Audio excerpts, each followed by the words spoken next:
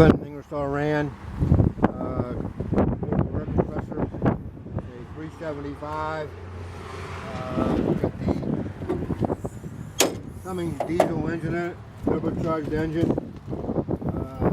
Starts running very good. Very nice cabin on it. Got good rubber.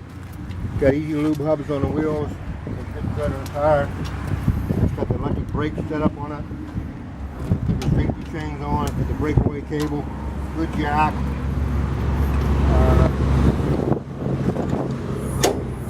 The lights kit on it. Clean engine. It's been maintained. As you can see, a sticker here. All the service work done on it all the time. Machine shows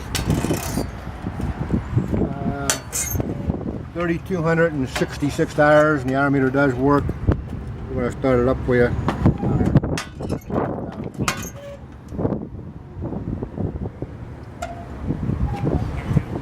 The back end looks good.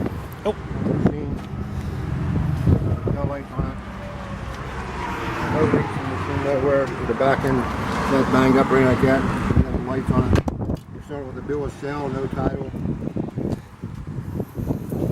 Start it for you now. Run here, make here. It's got a RV trailer plug on. Plug the lights in.